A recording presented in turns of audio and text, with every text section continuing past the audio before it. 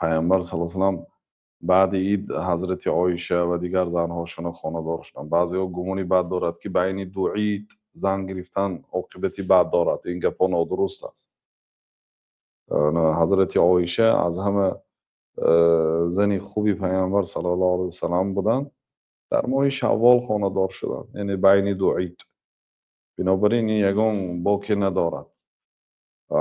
دعا میکنیم ان شاء الله الله تعالی قلب آنهای ملایم کند. این بعضی ها سببی توی پشت پرتافتنشون یا همین خیلی سبب های خرافاتی، یعنی این خرافات گوید میشه گمانی بد کردن به چیزی که در آن به دین نیست، یا اینکه ما تا اون وقت پول کار کنیم و توی وای میکنیم و باید کرته قیمت پوشد و ماشین قیمت فرمایش تیم و این چیزا باشد. این چیزا لازم نیست. توی طرفی داماد میکند، اصلا یک تا توی میتید در طرفی داماد مهر میتید، تمام دیگه صرف و خراجات ندارد. طرفی کلین عموما یگان تین رسخات نکند. از نگاه شریعت و خودش هم کلین 20 سال تربیه کردی، 18 سال تربیت کردی، با چی رسخات و خرج داره؟ شما دختر داره، شما صاحب هستید.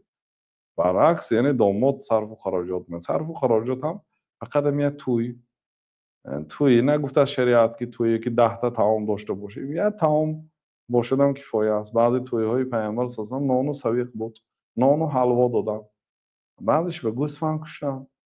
قدرت باشد گوسفند میکشید. اولی ملا یک گوسفند باشد هم توی کرده تکفن، یعنی توی سبوک میکنید و زنه گرفته هم میدید. اون طرفی کلینده گوید که یگان مسئله سببی پیشو پرتافتن در اسخاد باشد، تو رسخاد نمیکنی یگان تین.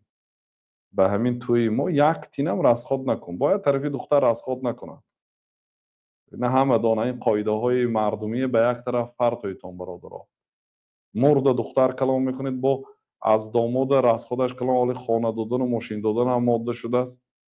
طرفی کلین یگان تین رسخاد نکنید. تو طرفی داماد بله یت توی تیت مهر تیت برای کلین تمام.